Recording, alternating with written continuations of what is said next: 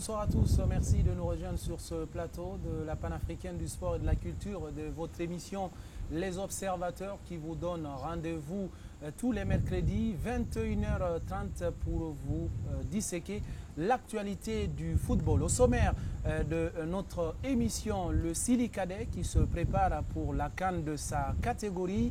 Deux matchs internationaux amicaux étaient donc au programme. Nous ferons le point justement de cette préparation dans cette émission.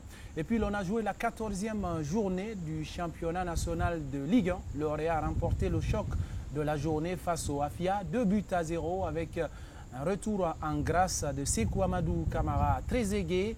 Et la leçon à retenir, c'est que le Wakria a perdu pour la première fois de la saison en déplacement.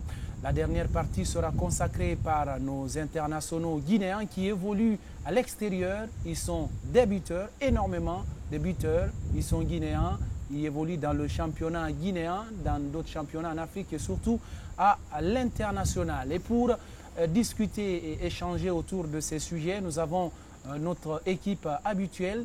Ils sont déjà sur ce plateau. Il y a d'abord Pathé Diallo. Bonsoir Pathé. Bonsoir Koutoubou, bonsoir à tous. Voilà, il n'était pas là la semaine passée, il revient, donc une nouvelle titularisation. Lui, il était là la semaine passée, Ibrahima Massiba. Bonsoir messieurs. Oui, bonsoir Koutoubou et bonsoir à tous. Et puis nous avons toujours la force tranquille, le coach de l'équipe sans doute, ou le capitaine. Comme vous voulez. Vous préférez le rôle de coach ou capitaine? Capitaine. Ah ok, donc il a bien compris, il est le capitaine Baye Touré, bonsoir. Bonsoir à tous. Vous l'avez compris, donc toute l'équipe est déjà au complet. Nous allons marquer une pause et puis on revient pour lancer les débats. Retour sur ce plateau, nous allons maintenant allumer le moteur. Le premier sujet déjà, c'est le Sili national cadet, Pathé Diallo, qui se prépare pour la Coupe d'Afrique des Nations de sa catégorie. On rappelle que la CAN débute dans quelques jours au Gabon, après que le Madagascar a désisté au dernier moment. La CAF a choisi donc le Gabon. Mais pour réussir une bonne CAN, il faut une bonne organisation. Le Sili cadet se prépare en ce moment avec des matchs amicaux. Oui, c'est clair. Comme on le dit déjà, pour voilà, donc mieux voyager, il faut pourquoi pas se préparer. Voilà, donc c'est dans ce cadre-là que cette équipe-là aujourd'hui se prépare. Déjà ce mardi, elle a disputé un match amical, donc retour bien avant d'ailleurs qu'on entame le match où on a vu cette équipe amenée par Souleymane Camara, en tout cas faire une très bonne prestation. Ce mardi, il y a eu donc ce match retour contre les cadets japonais. Vous voyez déjà donc à travers ces images-là, le score final de cette rencontre-là, c'est 1 but partout. On a compris quand même à travers voilà, donc, cette rencontre-là que les Japonais ont réussi à rectifier le tir du match aller. Alors, Ibrahima Massiba, on le savait, parce qu'on va parler du match aller, mais sur ce match qui venait de se jouer, un but partout, même si on a joué les tirs au but, mais on ne comptabilise pas cela parce que dans un match amical, il n'y a pas de séance des tirs au but. Est-ce que vous pensez que le Sili a pu rectifier le tir? On sait quand même que lors du premier match, il y a eu vraiment de la qualité offensive, mais sur ce dernier match, il y a eu beaucoup plus de soucis. Parce que la Guinée a d'abord été menée avant de revenir au score. Oui, on a senti beaucoup de retenue dans ce match retour. À l'aller, le Sili cadet a encaissé 3 buts. Maintenant, la compétition, le match d'ouverture, c'est le week-end prochain. Moi, je pense qu'il ne faudra pas dégager assez d'intensité. Il y a des blessures qui peuvent subvenir. Donc, je pense que Abedi a fait le strict minimum pour ce match retour-là. Contrairement à ce match aller qu'on a vu, il y a beaucoup d'intensité, beaucoup de folie, avec 5 buts inscrits par cette équipe du Sili cadet. Je pense qu'en tout cas sur ce match retour, le coach Abedi a fait le strict minimum pour un petit peu ménager ses joueurs parce que le week-end, il y aura ce match contre le Gabon. Est-ce que vous pensez que cette équipe a mûri un tout petit peu après le match aller? Il y a ce match retour. Vous avez senti de l'amélioration ou bien on était en mode gestion, on était prudent? Bon, en ce qui concerne ce match d'aujourd'hui, puisque j'ai eu d'ailleurs l'occasion de le suivre, c'est à partir du stade du 28 septembre que je me suis dirigé ici. En ce qui concerne ce match, je pense qu'il y a un petit handicap au niveau de cette équipe. C'est là, c'est au niveau de son couloir gauche, au niveau du latéral gauche. Il a changé 3 fois les joueurs. Il a mis d'abord l'habituel titulaire qui ne va pas prendre part aux 2 premiers matchs puisqu'il est suspendu. Ensuite, il a mis le jeune Samuel Conté qu'on appelle Messi. Ensuite, il a mis un troisième milieu de terrain qu'il a reconverti. Mais jusqu'à présent, je pense qu'il n'a pas encore trouvé la vraie pièce de rechange à ce niveau. Mais qu'à cela nous je pense qu'aujourd'hui, l'équipe a été mise en difficulté. Surtout, on a pu voir la réaction de cette formation parce qu'étant menée, cette formation est allée chercher au très fond d'elle-même. J'ai vu beaucoup de changements. Il a montré de force de caractère. Oui, tout à fait. J'ai vu qu'il a changé beaucoup de joueurs, il a changé toute la division offensive. Et finalement, le but égalisateur est intervenu à 10 minutes de la fin. Donc, à mon avis, l'équipe est à 80% prêt pour cette joute continentale. Alors, Pathé Diallo, avant ce match aller, avant ce match retour, j'allais dire, donc il y a eu un match aller contre cette formation nippone. Il y a eu une pluie de buts au stade du 28 septembre. Oui, c'est clair. En tout cas, c'était le premier test entre ces 2 formations. 5-3, c'est le score final entre Japonais et Guinéens. Nous revenons, pourquoi pas, sur ce match, sur l'essentiel de cette rencontre avec Sayon Kourouma qui nous fait le point. Festival de buts dans ce match amical international entre la Guinée et le Japon. Dès l'entame, l'attaque guinéenne se met en évidence. Sur ce corner, Agibou est à l'origine d'un contre. L'attaquant guinéen sert Fagné. Le tir du numéro 7 guinéen touche la main d'un défenseur. Penalty, indique l'arbitre. Agibou le transforme. À la 18e minute, Agibou sera imité par Djibril Fagné. Sur cette perte de balle, Djibril se joue de la défense nippone pour corser l'addition. Il est passé, il va peut-être faire la différence et voilà, c'est au fond. La sanction est immédiate, la perte de balle est égale au 2e but et c'est Djibril Fagné Touré qui réussit à faire la différence. 2-0 pour seulement un quart d'heure de jeu après. Et cette belle soirée des Guinéens ne fait que commencer.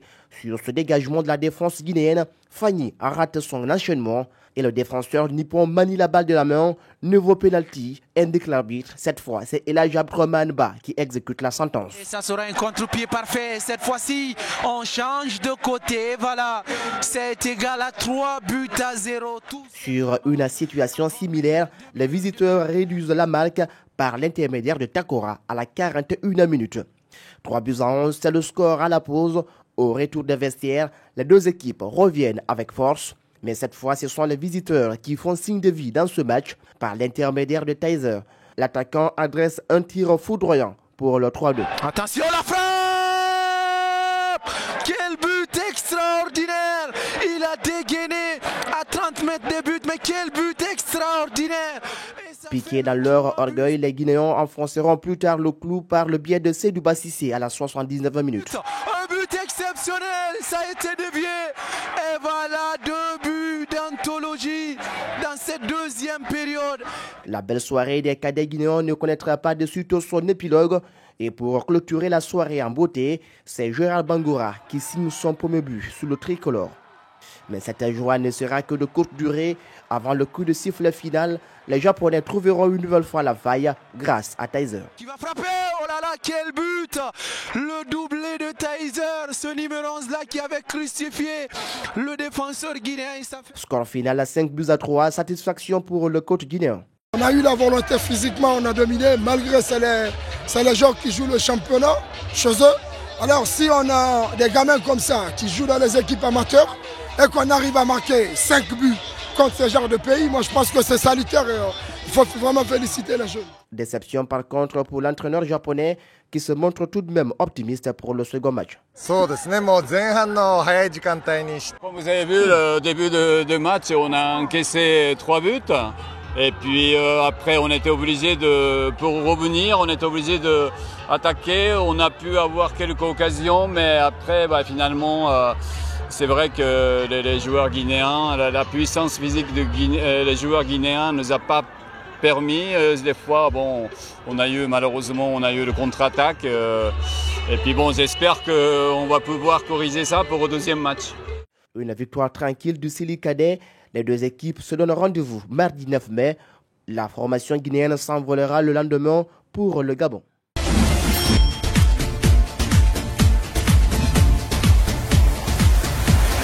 Vous l'avez donc suivi, score final 5 buts à 3. Ibrahima Massiba, on se rend compte que c'est une équipe qui marque.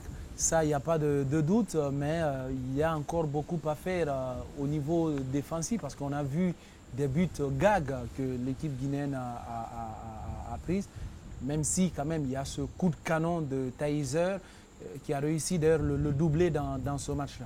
Oui, c'est d'ailleurs le côté mauvais, que ce soit l'équipe cadette, que ce soit les juniors, que ce soit les seniors. Aujourd'hui, la Guinée a ce problème au niveau défensif, donc vous l'avez évoqué.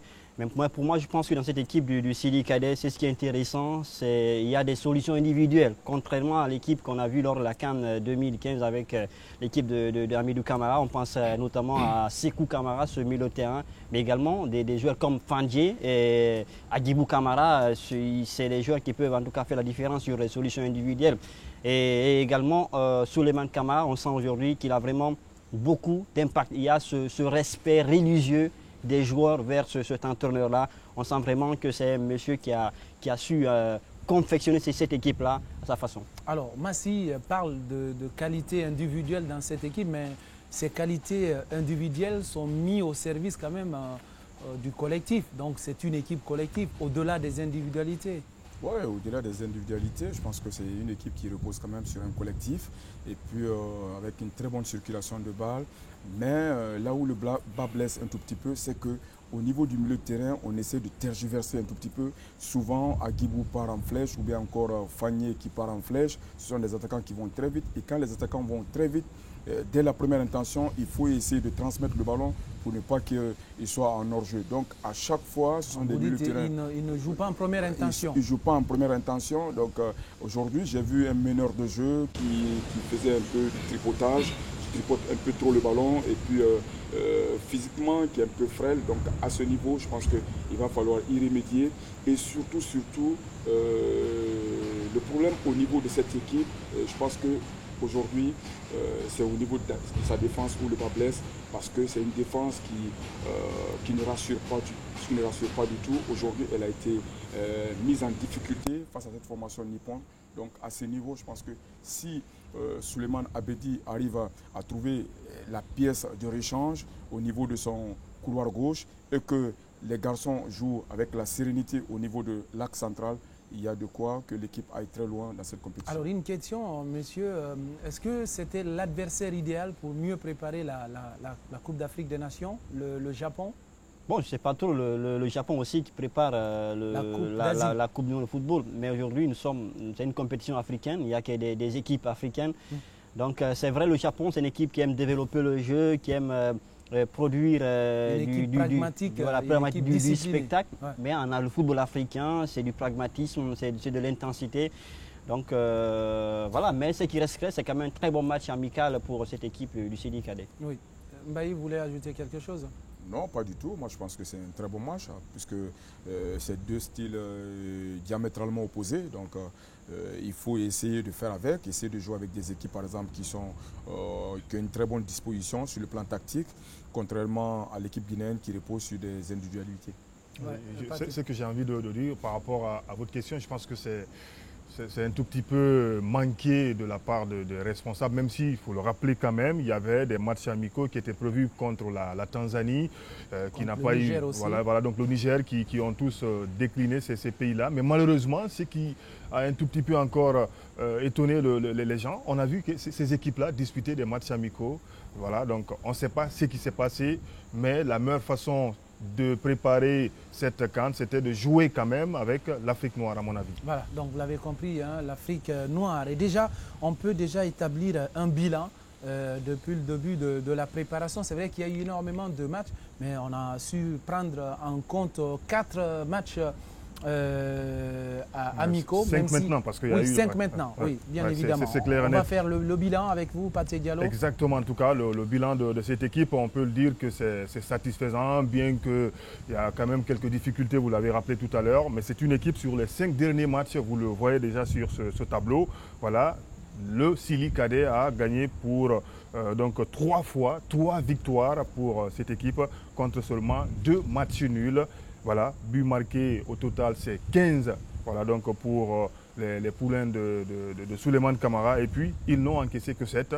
Voilà, si vous faites un tout petit peu la part, on se rend compte que voilà, ils marquent beaucoup plus qu'ils n'encaissent. C'est aussi un avantage. Ouais, c'est un avantage, c'est vrai qu'on parlait des difficultés de cette équipe sur le plan défensif. Mais pour gagner, il faut marquer plus de buts que son adversaire. Oui, on avait dit à confessionner cette équipe à son image. En voyant Abedi jouer, peut-être Mbaye le connaît très bien. Ouais. C'est un joueur qui aime donc, garder le ballon. Aujourd'hui, c'est vrai, sur le plan défensif, il y a des lacunes dans cette équipe du Sidi Cadet. Mais sur le plan dans l'animation offensive, ça reste assez intéressant. 15 buts sur 5 matchs disputés. Je pense que c'est énorme, mais on espère que cette équipe va récidiver ça lors de la CAN parce que le Sidi Junior est venu à la CAN des moins de 20 ans en plantant, je crois, quelques 10 buts. Mais cette équipe a des difficultés pour marquer des buts lors de la Coupe d'Afrique des Nations. Ben, je suis solidaire de ce que Ibrahim Massi avance comme analyse concernant la conception de Abedi. Parce qu'il a une philosophie de jeu.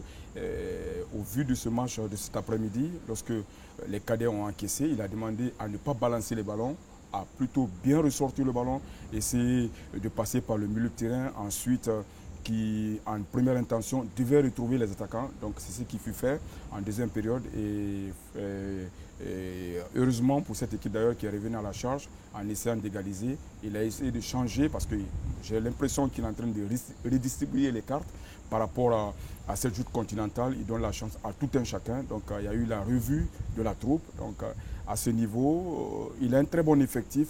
Maintenant, il va falloir que les garçons adhèrent à sa philosophie de jeu. Voilà, adhère. En tout cas, il a eu vraiment toute une année pour préparer cette équipe Pathé Diallo. Donc, c'est ce qu'on peut retenir de la préparation du Sidi national.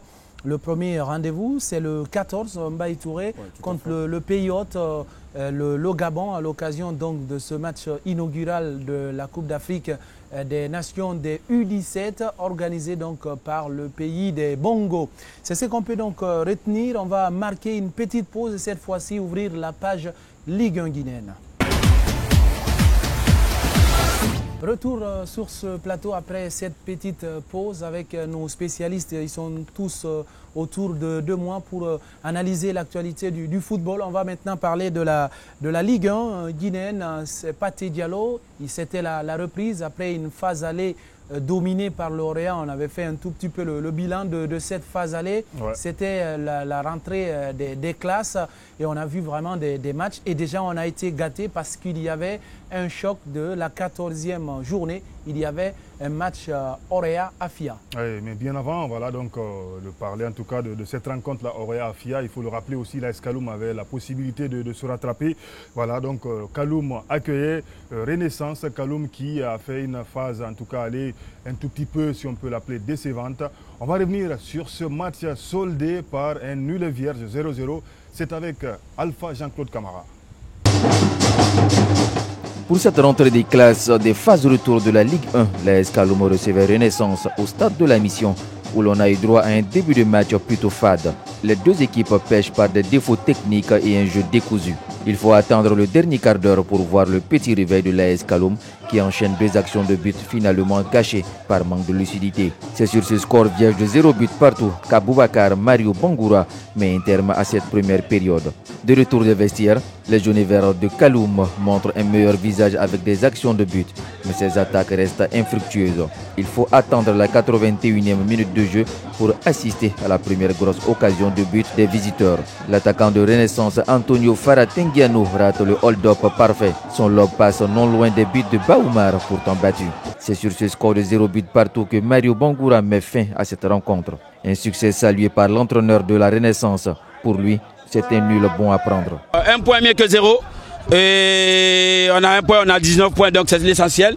Et notre dynamique dit qu'il ne faut pas perdre le match en déplacement. Et si tu ne gagnes pas, tu gères ton match pour avoir un point. Et vous n'êtes pas sans le savoir, au début on avait du mal à rentrer dans le championnat. Aujourd'hui tel n'a pas été le cas et on est bien rentré dans le match et gardons maintenant le match qui vient. Et je m'en fous du tableau et moi je gère le match. Comme à l'aller, Kaloum et Renaissance se quittent dos à dos et justement un résultat qui n'arrange pas les affaires du club kaloumiste. Et pour son coach, beaucoup reste à faire encore. On est très dessus là, du match nul là. Pour nous, parce qu'on a bien travaillé les 2 semaines là. C'est ça que je viens de dire là. On a eu deux joueurs là qui l'attaque, qui n'ont pas travaillé avec nous pendant 2 semaines. Ils ont commencé à travailler avec nous 2 jours. Donc tu vois, il y a des nouveaux visages qui sont parmi nous. Donc avec le travail, on se met au travail dès demain pour préparer bien le prochain match. L'AS Kaloum reste provisoirement à la 6e place du classement avec 20 points à 18 longueurs de son grand rival, le Oreya Athletic Club leader. Il est talonné par son adversaire du jour, Renaissance, qui totalise 19 points.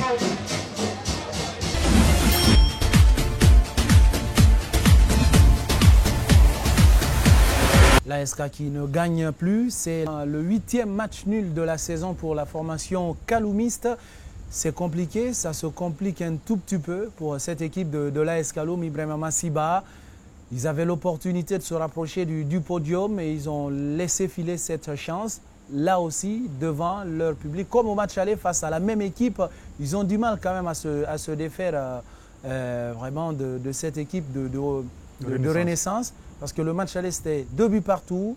Et là encore, dans son entrée de la mission, l'AS Kaloum se montre un tout petit peu, vraiment, il a montré vraiment, pas montré un bon visage. Oui, ça a été toujours compliqué pour l'AS Kaloum. Je pense que ça devient maintenant une répétition. Kaloum, on le sait tous, ça fait maintenant quelques 2 ans. Cette équipe, sur le plan local, n'arrive plus donc à se retrouver dans ce championnat. Et Renaissance, qui a très mal démarré le championnat, mais qui a commencé à prendre des leçons petit à petit, donc qui est allé d'ailleurs battre cette équipe du Felo à la baie. Je pense que sur ce match-là, quand même, il faudra miser une petite pièce sur l'équipe de Renaissance parce que Kaloum, ça fait beaucoup de temps que ça ne marche pas. D'ailleurs, selon des infos, le gardien Nouan Kondé qui est arrivé tout récemment est délogé parce que, on le sait tous, en termes d'administration, ça va très mal et Kaloum, on l'a dit, c'est géré comme un royaume. Voilà, Kaloum qui ne gagne plus, qui ne sait plus comment gagner, c'est un tout petit peu décevant de la part de cette équipe qui nous a émerveillés ces dernières années avec énormément de qualité, des joueurs de qualité qu'on ne retrouve plus. On a l'impression que l'équipe a perdu son âme même.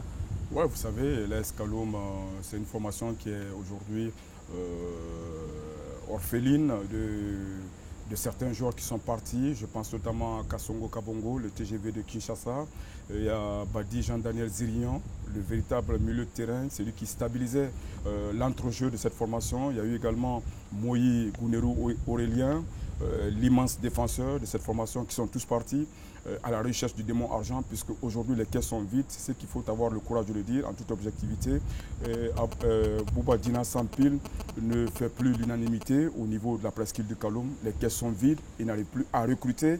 Il y a eu d'ailleurs le passage du satellite à Kaloum, puisque moi j'appelle ça le passage du satellite à Kaloum, puisque les joueurs qui avaient été recrutés à l'intersaison, beaucoup ont plié bagage, ils sont partis. Ils parlaient tout de suite des difficultés au niveau du gardien de but Nouan Kondé, qui s'en prend d'ailleurs à la direction puisqu'il n'est pas payé. Ça fait belle durée qu'il n'est pas payé. Aziz Keita est parti. Donc à ce niveau, je pense que l'AS Kaloum, c'est un grand club du pays. Mais au jour d'aujourd'hui, je ne peux pas comprendre que la direction, par exemple, n'a pas un véritable manager général. Le club ne peut pas être géré par un secrétaire général et par un président de club. Ce n'est pas possible. Il faut avoir des gens qu'il faut à la place qu'il faut. Alors sur le terrain, qu'est-ce qui ne marche pas? Parce qu'il y a eu le départ de Denis Goavec, remplacé par Théophile Bola. Il y a eu le départ de Théophile Bola. Aujourd'hui, c'est un des anciens joueurs qui était dans le staff technique, c'est Kouba Kamara. Oui, je parle de cette saison. Est-ce que tout cet environnement-là n'a pas un tout petit peu empêcher cette équipe de mûrir? Parce qu'on parlait tout de suite des joueurs qui sont la plupart des internationaux, donc des joueurs qu'on est allé acheter dans les championnats ivoiriens, maliens également, mais qu'on ne retrouve plus. Mais on peut quand même avoir un effectif de qualité en se basant sur des joueurs, des jeunes joueurs. Mais c'est compliqué. Moi, je pense que c'est le départ qui a été raté chez l'AS Kaloum. On ne peut pas...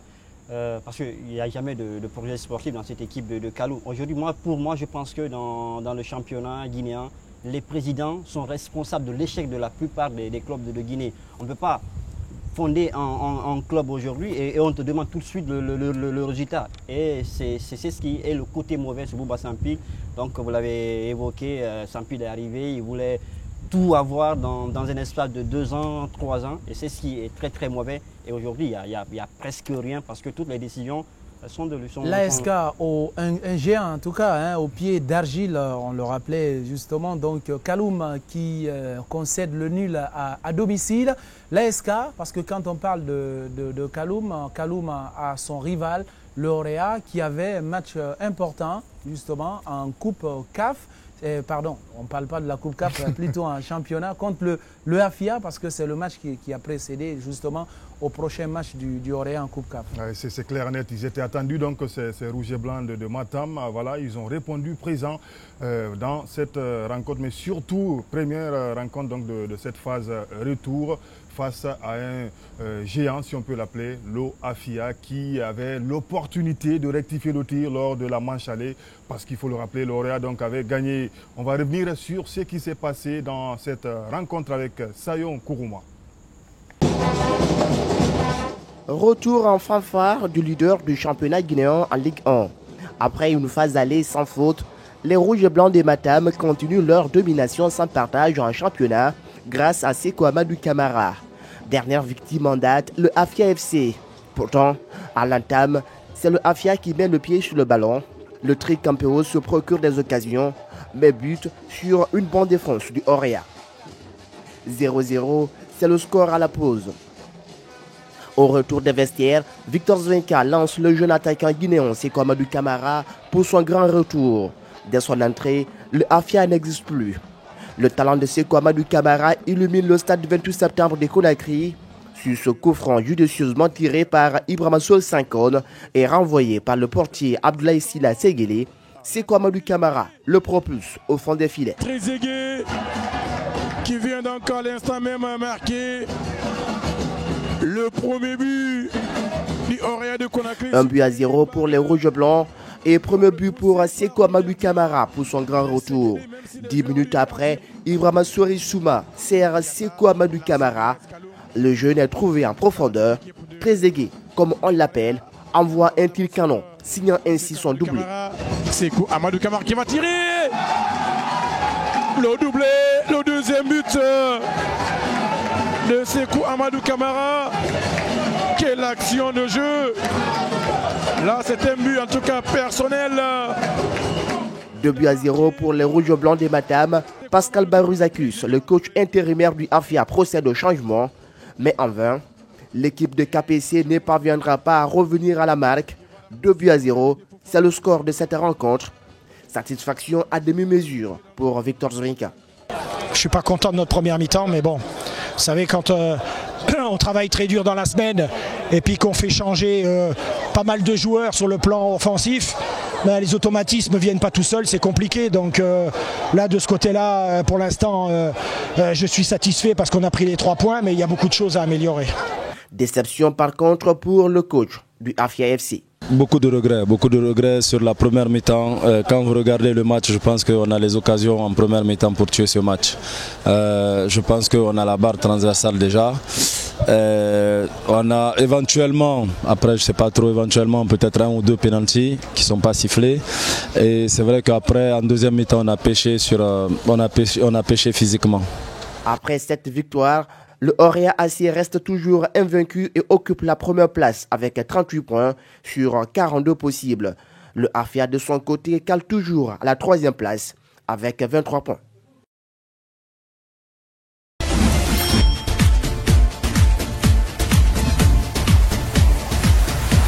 Orea qui a souffert en première période mais qui a déroulé en seconde. Dans ce match, Mbaye Touré, on peut quand même dire que l'Orea est resté dans la même dynamique, la dynamique positive, c'est vrai. Au match aller, ils avaient gagné 4-0 contre le Afia. Et ce match retour, ils ont assuré vraiment le strict minimum, les 3 points, 2-0. Ce qui m'a surtout plu dans ce match, c'est que Victor Zwenka a été catégorique. Catégorique dans la mesure où, que le taureau de Bobo Dioulasso, comme j'aime l'appeler, Bassirou Ouedraogo, était un peu convalescent. Donc il a préféré qu'il ne prenne pas part à ce match. Okanse Mandela Amamo qui était parti au Ghana parce que son frère avait perdu sa femme lors d'un accouchement. Donc d'ailleurs c'est l'occasion de lui présenter nos condoléances. Donc finalement est revenu à 48 heures de ce match. Il a décidé de ne pas l'aligner, de ne pas le mettre dans l'effectif. Donc, au niveau de la division offensive, cette formation partait déjà avec 2 titulaires qui n'étaient pas sur la feuille de match.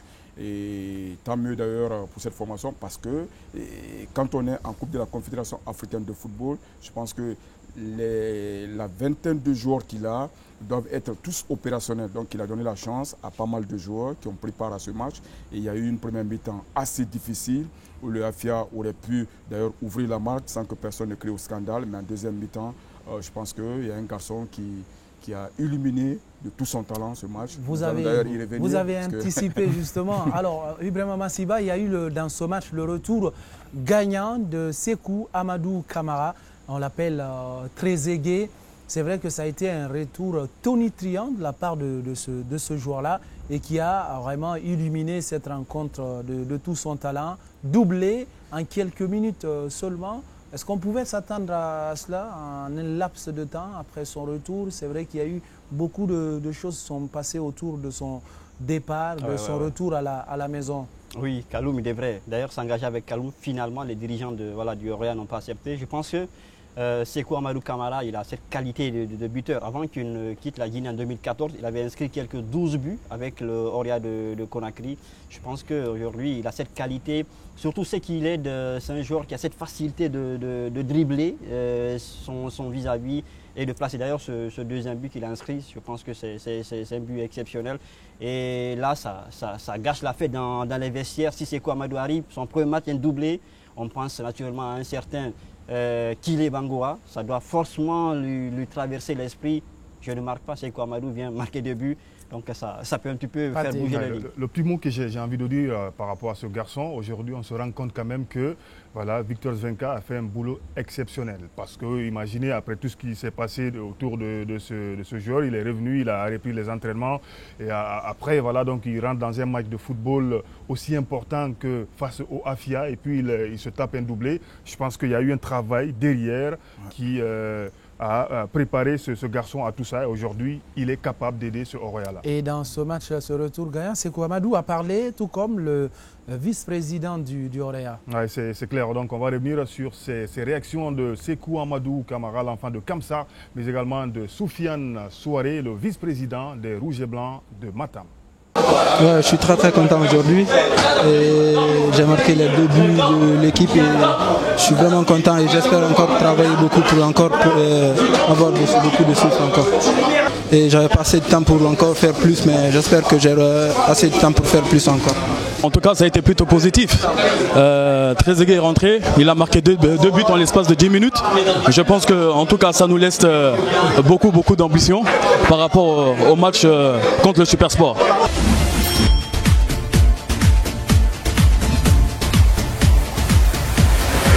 Vous l'avez compris, donc satisfaction dans le camp du Orea de ce double buteur. C'est vrai que avec le temps, parce que voilà, il a disparu des radars, justement, il a voulu tenter une aventure en Europe, malheureusement pas concluante, et là il était obligé de revenir à la maison, d'abord aller chez le rival, finalement pas de transfert, les dirigeants du Orea ont exigé à ce qu'il retourne à la maison, et là on se rend compte quand même que malgré tout ce temps, il n'a rien perdu de son talent de buteur.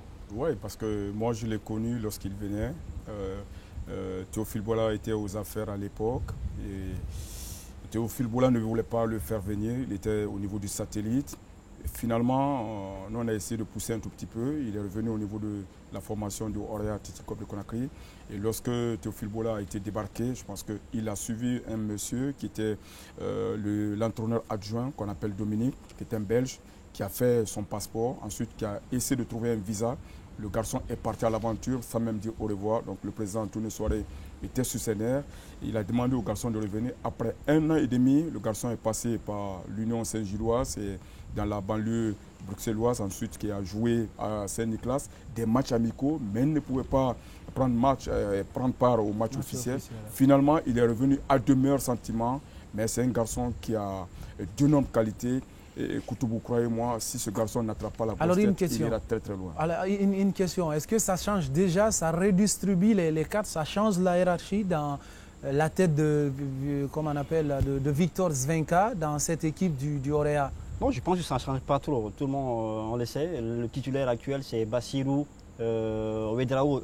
Pour moi, ce sont des joueurs qui ont à peu près le même profil. Parce que Sékou Amadou, c'est un joueur qui peut vous contrôler le ballon, créer des solutions autour de lui. Il y a des joueurs comme Okanzi Mandela, Yacouba Mano, c'est des joueurs qui aiment bouffer des espaces. C'est également le même cas sur Bassirou Ouedraogo. Donc, pour moi, voilà, c'est à Sékou Amadou d'encore travailler de plus pour avoir la confiance de Victor Zvenka. Mais pour le moment, c'est ça change beaucoup de choses. Bon, ça peut changer comme... voilà, l'essentiel, c'est que vous avez Bassirou Ouedraogo qui est très puissant, qui peut garder le ballon, qui se déplace très bien. Contrairement à Sékou Ahmed Kamara, moi je pense qu'aujourd'hui, Sékou Ahmed non seulement peut faire le bonheur du football guinéen, puisqu'il peut être appelé en équipe nationale, c'est un garçon qui a d'énormes qualités. D'abord au niveau du trafic aérien, il a du répondant, il garde bien le ballon, il sait jouer des pieds, il va très vite, c'est un bon dribbleur. Donc à ce niveau, je pense que c'est un garçon qui est complet à son âge. Il sera d'un apport extrêmement important pour la division offensive. D'ailleurs, je pense que Victor Zvenka compte énormément sur lui. C'est pourquoi d'ailleurs il est du déplacement de l'Afrique du Sud. Et ce ne serait pas étonnant qu'il soit la doublure de Bassirou Ouedraogo. En tout cas, à ce niveau, je pense que le Wara a du répondant au niveau de sa division offensive. Ouais, le changement, pour répondre à votre question, je pense qu'il est positif parce qu'aujourd'hui, en plus de toutes les qualités, de tous les joueurs de qualité que dispose Victor Zvenka, le technicien français, il a un joueur qui est capable, pourquoi pas, de dépanner sur le couloir, mais aussi, comme il a dit tout à l'heure, dans l'axe, donc ça fait du bien. Il peut également jouer en soutien. Ça fait une solution de plus. Exactement, c'est une solution en plus, et surtout pour une équipe qui intègre la phase de groupe de la Coupe CAF. Mais là peut-être pour faire jouer Sékou Amadou, il est obligé de changer peut-être le schéma. Ouais, ou de sacrifier un joueur. De changer le schéma, peut-être le 4-4-2. Donc c'est un Zvenka, en tout cas, il y a un an qui joue avec ce schéma naturel. En tout cas, il n'est pas parti quand même pour bousculer la hiérarchie qui est déjà établie, mais il semble être quand même une alternative pour cette équipe du Orea. On compte beaucoup sur lui dans cette équipe, le Orea, qui doit jouer vendredi son premier match en Coupe CAF face à la formation de Supersport United. L'équipe est déjà arrivée en Afrique du Sud. Et cette 14e journée, Pathé Diallo nous a offert en tout cas un scénario, un événement. C'est vrai, depuis plusieurs matchs déjà, 13 au total, qu'il n'y avait pas de défaite à Ouakria. On ne connaissait pas de défaite en Ligue 1. Et voilà, il fallait attendre la 14e journée. Comme il fallait s'y attendre, le Ouakria tombe enfin. Oui, c'est clair. Malheureusement, voilà, donc, ou heureusement pour le Sumba, le tombeur de cette équipe-là, parce que figurez-vous bien, à la phase allée, c'est le même Sumba qui avait donc promis d'aller faire mal à cette équipe-là, voilà, donc à son stade de 1er mai de Bokeh. Malheureusement, voilà, donc c'est le Ouakria qui s'est imposé au match aller, mais là, c'est le même Sumba qui récidive, qui cette fois-ci a réussi quand même le pari. Voilà, 2-1, mais bien avant d'ailleurs, c'est le Ouakria qui a ouvert le score. On a compris après, c'est comme si cette équipe-là, voilà, donc a minimisé un tout petit peu son adversaire. Alors, en voyant cette équipe de Ouakria, c'est vrai qu'on s'attendait quand même que la défaite allait forcément arriver, mais perdre face au Sumba, on sait que voilà, c'est une équipe qui tergiverse en ce moment, où les idées n'étaient pas claires, même s'il y a eu des arrivées. Il y a un nouvel entraîneur, il y a aussi des joueurs qui sont arrivés comme Oscar Taï et tant d'autres joueurs, mais des joueurs qui n'ont pas forcément changé beaucoup de choses dans cette équipe-là. Est-ce qu'on peut penser que Ouakria, un tout petit peu, comme le disait Pathé, a minimisé un tout petit peu son adversaire? Oui, j'avance dans le même sens que Pathé, parce qu'au dire de l'entraîneur lui-même, Guillaume Souma, qui dit qu'il y a eu l'excès de confiance du côté de la formation de Ouakria, mais c'est mal connaître cette formation de Sumba qui s'est renforcée à l'intersaison. Et puis d'ailleurs... mais des joueurs qui n'ont pas pris part à ce match. Il y a des joueurs qui n'ont pas pris part, mais vous savez, quand quand il y a un recrutement, ça peut booster un peu l'équipe parce qu'il y a des joueurs qui se disent, bon, il faudrait que j'essaie de forcer à défaut de ne pas perdre par exemple ma place. Parce qu'au jour d'aujourd'hui, Amara Traoré, que moi j'ai d'ailleurs eu au téléphone pour avoir effectivement les nouvelles comme quoi il serait... il souhaiterait, bon, qu'il va revenir dans cette formation de Sumba. D'ailleurs, Amara me l'a bel et bien dit qu'il a pas en tant qu'entraîneur. Pas en tant qu'entraîneur, mais en tant que directeur sportif, parce qu'il m'a dit effectivement qu'il a eu des échanges avec le président de Sumba. Donc c'est Amara Traoré lui-même qui a proposé l'entraîneur actuel, qui est là, un certain Mbaye, qui d'ailleurs qui a un nom à consonance sénégalaise, j'ai le même prénom que lui, qui a pris les rênes de cette formation. Et puis il y a eu 5 à 6 nouveaux joueurs. À cela s'ajoute d'ailleurs l'arrivée d'Oscar Taï, l'ancien sociétaire de Orea Titi Club de Conakry, qui a été prêté à cette formation de Sumba de Doubleka. Donc c'est une formation de Sumba qui ne veut pas mourir, qui ne veut pas aller à l'enfer. Et d'ailleurs, le prochain adversaire s'appelle l'AS Kaloum. Donc dans cette formation de... On verra tout cela dans le programme de la 15e journée de ce championnat. Mais déjà, avant justement ou après ce match-là, on peut quand même dresser un petit bilan pour cette équipe du Wakria. Ouais, c'est un bilan quand même flatteur, comme vous le voyez sur ce tableau. Voilà, donc après 14 matchs, le Wakria, c'est 6 matchs nuls, 7 victoires, une seule défaite. Mais ça fait en tout cas un événement. Et la série d'invincibilité de cette équipe totalisée à 1245 minutes.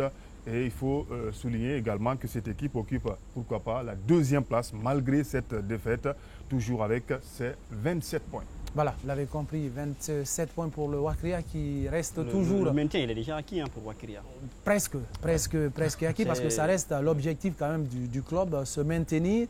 Parce que le président, il y a quelques semaines, disait que la phase retour semble être la plus difficile. Et là, ça commence forcément. Est-ce que cette défaite, Ibrahima Massiba, peut un peu brouiller les cartes? Est-ce que la machine peut se gripper? Oui, maintenant, c'est une défaite à l'extérieur. On ne sait pas qu'est-ce que Wakria va nous proposer à domicile. C'est une équipe qui est restée assez solide. Sauf que le prochain match est encore à l'extérieur. À l'extérieur, donc on ne sait pas. En tout cas, à domicile, c'est une équipe assez solide. Mais dans la tête, ça peut se passer beaucoup de choses. Et donc, le prochain adversaire, je crois, c'est l'Afia de Conakry. L'Afia, maintenant, est blessé. Il a forcément besoin de victoire pour rester, en tout cas pour respirer un peu dans ce championnat de Ligue 1. Mais sur le plan... En termes de morale, de psychologie, ça peut un petit peu jouer dans les joueurs de cette équipe de Wakria. En tout cas, il faut bien se réveiller, Pathé Diallo, du côté du Wakria. Il y avait beaucoup d'autres matchs, les résultats de cette 14e journée. Évidemment, en tout cas, des résultats qui certainement ont étonné quelque part. Voilà, donc vous allez voir sur ce tableau avec le Satellite qui avait été déjà battu donc, par le CIK sur le score de 2-3. Le Orea, on le disait, avec le résumé que vous avez suivi tout à l'heure, a gagné face au Afia sur le score de 2-0. L'AS Kaloum n'a pas réussi donc à inscrire le moindre but dans son match qui l'opposait à Renaissance 0-0. L'Ashanti a gagné face donc à l'Atlético de Koléa. Le Fellow Star qui continue à galérer a été battu à domicile au stade Saïfoulaye Diallo de l'Abbé sur le score de 0-1 par l'Asfag. Et puis le Gangan, bien sûr, qui renoue avec la victoire face au dernier donc, du classement, le club olympique de Koya, 3-0. Le Sumba a également donc, gagné, on vous le disait, c'est l'événement d'ailleurs de cette 14e journée, face au Wakria, 2-1. Alors, vous l'avez compris, donc de résultats, il y a le Gangan qui gagne. Là aussi, on signale vraiment, il y a l'arrivée d'un nouvel entraîneur, Passarella, Mamadi Soare Passarella. Peut-être ça a changé quelque chose. On a l'impression quand même, quand on annonce les entraîneurs, ils n'ont pas pris fonction. Déjà, on balaie complètement le terrain pour eux. Oui, tout à fait, parce que vous savez, au niveau de Kindia, j'aurais même appris que les primes ont été payées par M. Banfadiabi qui est parti nuitamment à la veille même du match, donc qui a réglé un peu les primes. Et puis avec l'arrivée de Mamadi Soare, chacun, peut-être qu'il était certainement au stade, malgré qu'il n'a pas pris fonction. Donc ça a permis à chacun des joueurs de montrer de quoi il est capable. Donc à ce niveau, je pense que ça a payé. Et Kindia a pu dompter cette formation de Koya. Voilà, le Fellow qui ne gagne plus, même à la maison. D'ailleurs, c'est le gros problème. Moi, je pense que vraiment déçu de voir cette équipe du Fellow Star sombrer dans ce championnat. Et là, il y a eu changement d'entraîneur, mais ça n'a rien apporté. Pratiquement, parce que l'entraîneur qui est là se retrouve actuellement au Maroc avec cette équipe du Sidi Junior, c'est Sam Diallo qui continue toujours à mener les débats dans cette équipe du Fellow. Il y a eu quand même quelques arrivées dans cette équipe du Fellow. Je crois il y a cet ancien joueur du AFIA, voilà, ce Teddy en tout cas qui est arrivé à renforcer cette équipe du Fellow, Jean-Alain Yapo. Jean-Alain Yapo qui est revenu dans cette équipe du Fellow. Qui fait son retour à la maison. Il y a également Sonny Huberson, qui est ivoirien, qui a annoncé du côté du Fellow Stars de l'Abbé. Voilà, en tout cas c'est des exclus qui tombent déjà dans cette émission et c'est pourquoi on parle bien de force tranquille. Il y en a beaucoup quand même dans la valise. Vous aurez en tout cas toutes les news fraîches dans cette émission. Et ça donne quoi à la 14e journée au classement Pathé? Ça donne en tout cas une équipe d'Asfac qui a profité des défaites du Satellite, mais évidemment également donc de l'AS Kaloum pour monter. C'est la seule équipe, si on peut le dire, qui a gagné. Voilà, avec ce classement, comme vous le voyez, le Orea qui reste toujours leader avec 38 points. Deuxième, Wakria, malgré sa défaite avec 27 points.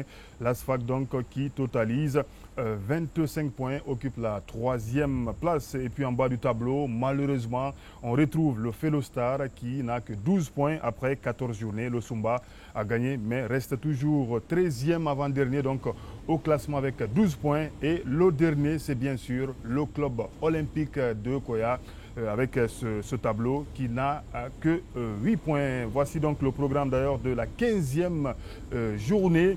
Il y aura des chocs, si on peut le dire. Ça débute déjà ce mercredi. Voilà donc avec le club industriel de Kamsar qui va accueillir l'Atlético de Koléa. Et puis toujours ce mercredi, Koya jouera contre le Satellite. Jeudi, l'Asfag Gangan FC et Sumba AS Kaloum, Fellow Star Sac de Sigiri. Et puis le vendredi, l'OAFIA qui va tenter de se réveiller face au Wakria. Toujours jeudi, voilà donc Renaissance va jouer contre le Orea qui reviendra donc jeudi en 8, pourquoi pas, de son voyage du côté de l'Afrique du Sud. Voilà, vous l'avez donc compris, hein, c'était le programme de la 15e journée. En tout cas, il y a de très belles affiches également, comme Wakria, comme Afia. Wakria au compte de la 15e journée, Massi. Oui, Afia qui doit vraiment renouer avec la victoire parce que sur les 13 clubs dans ce championnat, c'est l'Afia qui est le club le mieux placé parce qu'en termes de finances, en termes d'expérience, c'est l'équipe là qui en tout cas pourrait concurrencer le Oria. Mais ça manque vraiment d'ambition, ça manque vraiment d'envie dans cette équipe du AFA de Conakry. Parce que quand vous voyez cette équipe jouer, vous pensez à l'équipe du club olympique de Koya. Le AFIA peut se réveiller, doit se réveiller? Oui, tout à fait. Le AFIA aujourd'hui, au dire de son directeur sportif, Alassane Touré, a fait un recrutement par rapport à les phases retour. Je pense que le vendredi déjà, on aura l'occasion de voir ces nouvelles têtes qui vont venir apporter leur pierre à l'édifice parce que l'AFIA en a réellement besoin. Il y a eu des départs avec l'équipe nationale junior, puisque certains internationaux ont quitté cette formation. Mais qu'à cela ne tienne, il faut avoir 6 à 5 joueurs pour qu'on puisse arrêter, pour que cette équipe ne puisse pas continuer le championnat. Mais cette fois-ci, je pense qu'il n'y a pas moins de 5 joueurs qui ont été sélectionnés. Donc à ce niveau, le AFIA a essayé de renforcer certains secteurs défaillants. Et attendons de voir le vendredi prochain pour voir à quoi va ressembler, en tout cas pour ces phases retour, cette formation de l'AFIA qui a été malmenée d'ailleurs par le Orea Athletic Club de Conakry. Voilà, vous l'avez compris, donc tous les résultats, les chiffres, les statistiques de cette Ligue 1 à suivre donc dans cette émission les observateurs qui vous parvient tous les mercredis 21h30 sur la panafricaine du sport et de la culture. On attaque à présent, messieurs, la dernière ligne droite de cette émission. Pathé Diallo, on est au point? Oui, bien évidemment, on a ralenti, on a fait le contrôle qu'il fallait. Et bien voilà, donc on peut donner la passe décisive si vous permettez. Et puis on va maintenant inscrire le but décisif, le but libérateur, ce but qui va faire sourire tous nos téléspectateurs. Cette fois-ci, on s'intéresse, Pathé Diallo, aux internationaux guinéens qui évoluent un peu partout. Et on a fait vraiment un petit... oui. Bien avant, il y a le classement des meilleurs buteurs de Ligue 1. De Ligue 1. Ouais. Ah, ok. Il n'y a pas de souci. Ben, voilà, donc on va donner ce classement, pourquoi pas, donc, à nos téléspectateurs. Comme vous le voyez sur ce tableau, Momo Yansane du AFIA, l'attaquant de cette formation des Verts Tricampéo, occupe toujours la première place de ce classement des meilleurs buteurs avec 11 réalisations suivies des 2 attaquants du Oroya, Bassirou Ouedraogo qui a inscrit 8 buts et puis Okanse Mandela qui totalise donc 7 buts. Monsieur Koutoubou Kaba. Voilà, en tout cas, Momo Yansane qui reste toujours meilleur buteur de ce championnat. On verra tout cela parce qu'il semblerait qu'il figure parmi les meilleurs buteurs guinéens en activité. Pathé Diallo, on reste avec vous, ils sont nombreux. Ces Guinéens, il y en a qui évoluent en Guinée, qui évoluent au Gabon quelque part, mais aussi un peu partout dans le monde. Ça nous donne quoi, le classement des meilleurs buteurs guinéens? Ouais, ça nous donne qu'un certain Ismaël Bangoura n'est pas encore mort. Voilà, il existe parce que dans ce classement, on retrouve quand même super, comme on l'appelait, comme on aime en tout cas l'appeler à Conakry, Ismaël Bangoura qui évolue du côté d'Al Raed en Arabie Saoudite, qui est le meilleur buteur, pourquoi pas, de cette saison en cours, parce que ce n'est pas encore terminé chez les autres, avec 19 réalisations, comme l'indique d'ailleurs ce tableau. Il y a également un qui a réalisé 19 buts cette saison, c'est bien Seydouba Souma, qui est communément appelé Congolais, qui évolue du côté de Slavan Bratislava. Au 3e rang, nous avons Moustapha Kouyaté qui évolue en Afrique avec Akanda du côté du Gabon, mais qui réalise en tout cas une performance assez extraordinaire avec 12 buts. Et puis il y a le Guinéen, voilà donc... si on peut le dire, le national Momo Yansane qui figure également dans ce classement avec 11 buts. L'attaquant du AFIA, il y a également José Martinez Kanté qui a inscrit 10 buts avec le Wisla Plock du côté de l'Autriche. Naby Keita avec la Bundesliga qui découvre la première fois ce championnat allemand, mais qui a réussi quand même à inscrire plus que certains attaquants comme Ribéry, si on peut le dire. Il a marqué 8 buts avec le Leipzig. Et puis Lonsana Doumbouya, qui également joue du côté de Saint-Polten, qui a inscrit 8 réalisations. On se rend compte quand même que il y a des joueurs qui se distinguent, il y a des Guinéens qui se distinguent dans leurs différents championnats. Et on a bien fait exprès quand même de mettre tout le monde dans la même peau parce qu'il reste toujours les attaquants, les Guinéens, les meilleurs buteurs guinéens en activité. Alors, Mbaye Touré, on a parlé dans ce classement, il y a Ismaël Bangoura qui marche sur l'eau en ce moment. Et l'info à retenir au-delà d'être buteur, Ismaël aussi, c'est vraiment un très bon joueur. Oui, Ismaël Bangoura, c'est un très bon joueur. J'ai l'occasion d'ailleurs de l'avoir souvent au téléphone. Et puis la dernière information qui vient de tomber, il est non seulement 2e meilleur buteur, mais il a également été sacré comme meilleur joueur du championnat saoudien. Je le tiens d'Ismaël Bangoura, l'information. Donc il a même reçu une 4x4, donc on lui a remis la clé, mais c'est à son retour, c'est-à-dire à la reprise du championnat qu'il aura cette voiture. Donc, présentement, le championnat saoudien est terminé. Il va retrouver sa famille du côté du Mans, où sa famille est installée, puisque Ismaël Bangoura est seul du côté de l'Arabie Saoudite. Il a préféré que ses enfants aillent à l'école française, c'est-à-dire du côté de la France, et donc où il a d'ailleurs une maison à lui. Donc, à ce niveau, je pense qu'au niveau de ce garçon, je suis très très content pour lui parce qu'il prouve une fois de plus qu'il n'est pas mort. D'ailleurs, c'est le patriarche des attaquants guinéens. À 33 ans ou 34 ans, en tout cas, il avoisine les 34 ans. Donc, à ce niveau, il a encore du répondant. C'est l'un des rares d'ailleurs de sa génération qui joue encore au niveau à l'international. Voilà, ça fait longtemps, on n'a pas vu en tout cas les attaquants guinéens enfiler les buts comme ça en une saison. Oui, c'est un passionné, c'est toujours l'ambition est là, l'envie est là de la part d'Ismaël. Aujourd'hui, on est très content pour lui. Il a rappelé 33 ans, il continue à enchaîner des buts, donc c'est très très bon pour lui. Espérons qu'il va encore rester dans ce championnat ou bien aller ailleurs pour nous, en tout cas pour nous gratifier en termes de lutte. Et aussi, on est aussi content pour Moustapha Kouyaté. Ouais. Moustapha Kouyaté joue dans un championnat pas aussi relevé sur le plan africain, mais qui continue à marquer. En tout cas, moi, je suis très très content pour lui à chaque week-end et les buts qu'il inscrit, c'est des buts vraiment somptueux. Et surtout le nombre de matchs qu'il a joué par rapport aux buts qu'il a marqués. Il a joué une vingtaine de matchs et puis marqué 19 buts. C'est un garçon qui marche très très fort en ce moment. Il a marqué 12 buts.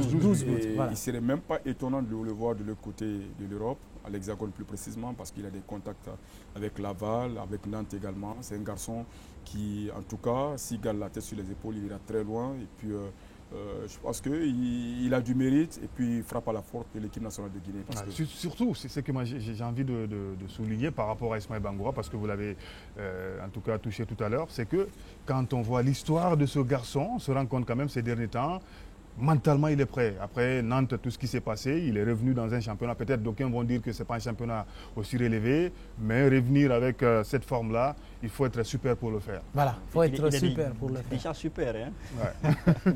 Il était déjà super, il l'a confirmé. Donc voilà, qu'il reste vraiment comme le disait. Si vous le permettez, on serait terminé en parlant de ses buteurs, sans parler de Sedba Souma Congolais, qui non seulement n'est pas attaquant, qui est milieu offensif, et puis qui joue en électron libre, c'est-à-dire derrière les attaquants, contrairement au Syrie national de Guinée, où souvent on le voyait sur un côté. Donc c'est un garçon quand même qui marche très très fort, et j'espère qu'au mois de juin prochain, du côté de Boaké, il fera plaisir au peuple de Guinée. Son équipe même a remporté la Coupe de la Slovaquie. Bien sûr, on a parlé de cela la semaine passée. En tout cas, c'est du plaisir, et Kamfori Lapé Bangoura aura certainement des nuits noires pour faire en tout cas sa liste des attaquants, parce qu'ils sont nombreux, ces attaquants qui font en tout cas la fierté du rouge, jaune, vert, la fierté africaine.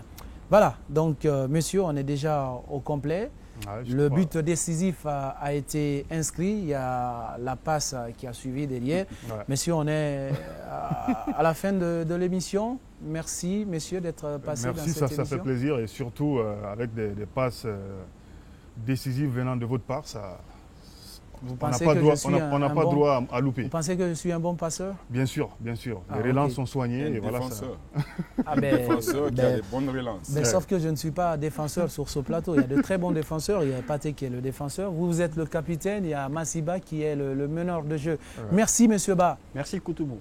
Merci, monsieur Touré. Merci, Koutoubou. Merci à tous et à toutes. Et la force sera toujours garantie. La force, elle est tranquille. Elle sera toujours tranquille, elle ne va pas bouger. Voilà, vous l'avez compris, donc c'est ces mots que nous allons fermer porte et fenêtre de cette émission, en espérant vous retrouver la semaine prochaine dans cette même émission, Les Observateurs.